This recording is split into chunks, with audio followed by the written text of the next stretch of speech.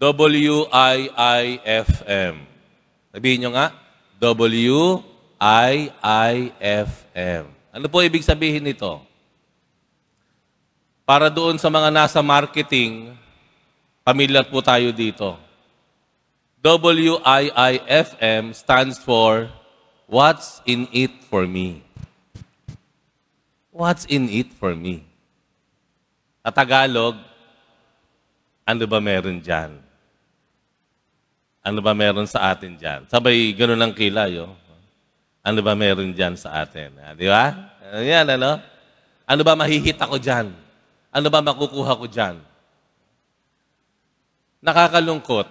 Dahil isa sa pinakamalapit sa Panginoon, isa sa mga alagad, si Judas Iscariote, na siyang pinagkakatiwalaan ng kaban ng yaman para sa pondo ni Jesus at ng kanyang mga alagad.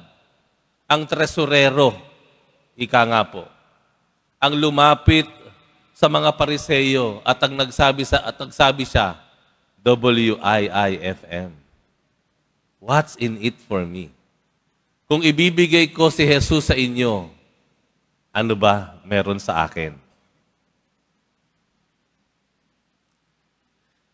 Dito po sa simbahan ng Quiapo, ako po ay sadyang nai-inspire. Ako'y 2 buwan pa lamang po dito, pero biniyayaan ako ng Panginoon ng pagkakataon na makilala ang marami o ilan na talaga naman po bukas palad. Sa Ingles, generous. Yung mga nagbibigay na hindi man lang ipinapakilala pangalan nila. Wag na po. Wag na po, okay lang po. Yung mga nagbibigay, malaki man o maliit na halaga, pero mararamdaman mo yung sinseridad. Walang hinihinging kapalit. Walang W-I-I-F-M. Marahil bilang pagpapasalamat sa mahal na poong Jesus Nazareno. Yung iba, pagbabalik. Binabalik lang niya yung bahagi ng binigay sa kanya ng Diyos. Bukas palad, very generous. At palagay ko po, ito yung isa sa mga dahilan kung bakit maraming milagro sa Quiapo. Dahil maraming tao ang hindi nahihiyang humarap sa Panginoon. Binubuksan ng kanilang puso, Panginoon, ito puso ko po. Wala akong maitatago sa iyo. At ang paraan nila para ipaabot ang kanilang pagkilala at pagpapasalamat sa Diyos, buong puso silang magbibigay. Nung isang araw, nakalulungkot po, dahil may nag-viral na naman. Isang pare sa Diocese of Antipolo, galit na galit doon sa nagtitinda ng palaspas. Lumabas kayo! Labas! Sabing gano'n, di ba? Galit na galit yung pare, no? Parang kilala ko pa nga yata yun, no? Labas! Nagtitinda po kasi ng palaspas sa loob ng simbahan, ng bakuran ng simbahan. Nag-viral po iyon. Nakakalungkot naman po, again, no? Itong ating mga content creators, ako po isa doon, ini-splice nila kasi yung video Pinuputol nila. Pinipili po nila kung ano yung pinaka-controversial. Makakakiliti. Yan, makakakiliti, sa interest, curiosity ng mga tao. At kapag gano'n naman tayo, abay talaga naman panonoorin natin yan, i-share natin yan, intriguing nakaka-intriga Gayon pa man, nakakalungkot dahil hindi nabuo yung kuha ng video. At nagpalabas naman po ng formal na kwento o pagpapaliwanag ang simbahang iyon. Nagpapaliwanag na sila na putol ang video. Nung umpisa pa lamang ay pinapakiusapan sila. Ito ay bahagi ng simbahan. Maraming nagdarasal dito. Mayroon namang lugar para sa kanila. Hindi naman minamasama ng simbahan ng pagtitinda. Nakakatuwa nga. na nakatutulong ang simbahan sa mga maliliit na mga negosyante. Titinda ng bulaklak, palaspas, kandila, okay po yan.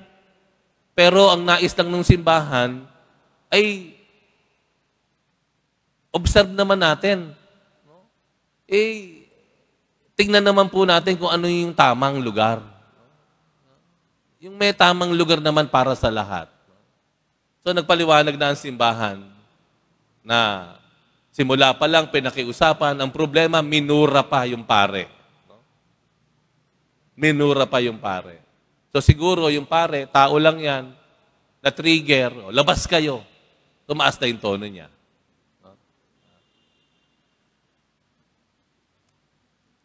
Bagamat may mga tao na sinserong nag-aalay ng kanilang sarili, ng kanilang handog sa Diyos bilang pagpapasalamat o bilang pagbabalik, ingatan po natin na gamitin natin ang simbahan for personal gain. Ingatan po natin na ang pagiging kasapi ng simbahan ay paraan natin para makakuha ng gusto natin. WIIFM. Pero alam po ninyo, may magandang balita. Dahil sa dami-dami po na nakilala ko sa Quiapo, marami po dito talaga naman po. Ilang oras na rin dito sa simbahan. Nakatira sa malayong lugar. Ang pahinga lamang nila isang maliit na silya dito sa tagiliran. At ilang misa silang maglilingkod. Sila pa ang gumagastos para sa sarili nila. Naririto sila hindi para sa kanilang negosyo, para kumita, para tanungin sa simbahan, ano ba meron dyan para sa akin? Hindi. Buong puso at sincero na nagbabalik sa Diyos na kung ano man ang meron sila. Ang panahon nila, ang buhay nila, at kung ano man ang meron sila, nagbibigay sa Panginoon. Hindi naghihintay ng kapalit. Marami po. You only have to go around the church. You will see a lot of people. Nahahangaan po ninyo.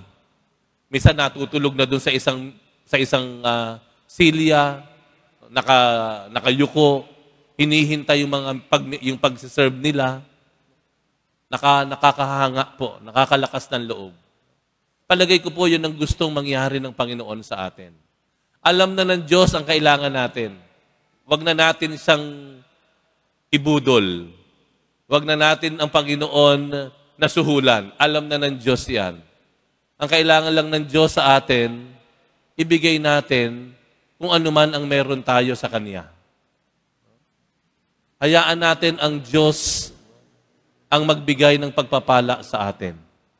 Huwag natin gamitin ang pagiging relihiyoso ng sambayan ng Pilipino para makuha yung ating sariling kagustuhan. Huwag nating gamitin o samantalahin ang pagiging mabait ng simbahan para manamantala at makuha ang ating kagustuhan. Huwag po. Yun po yung ginawa ni Judas. Ano ang ibibigay niyo sa akin kapag binigay ko sa inyo si Jesus? Sa simbahan po, magkasama po tayong lahat. Saints or sinners. Tanggap tayo lahat ng Panginoon. Makasalanan ka man, tanggap tayo ng Panginoon. Wala pong problema sa Panginoon. Pero sana, mula sa ating kusa, sa kusang loob po natin, dalisayin po natin ang ating hangarin. Dalisayin po natin ang ating pakikilahok sa ating kinabibilangang simbahan. Dalisayin po natin yung ating mga layunin. Alam naman ng Diyos ang lahat. Alam ng Diyos ang pangangailangan mo. Ibibigay niya yan sa takdang panahon na kaniyang nakikita, sa paraan na higit niyang nakikitang magiging kapakipakinabang sa atin. Idalangin po natin sa Diyos ngayong Semana Santa, unti-unti nating madalisay ang ating mga hangarin, ang ating mga layunin. Sapagkat sa bandang huli naman po, wala namang iniisip ang Diyos kung hindi mahalin tayo at ibigay sa atin ang mga bagay na ikasisiya at magiging kapakipakinabang sa atin.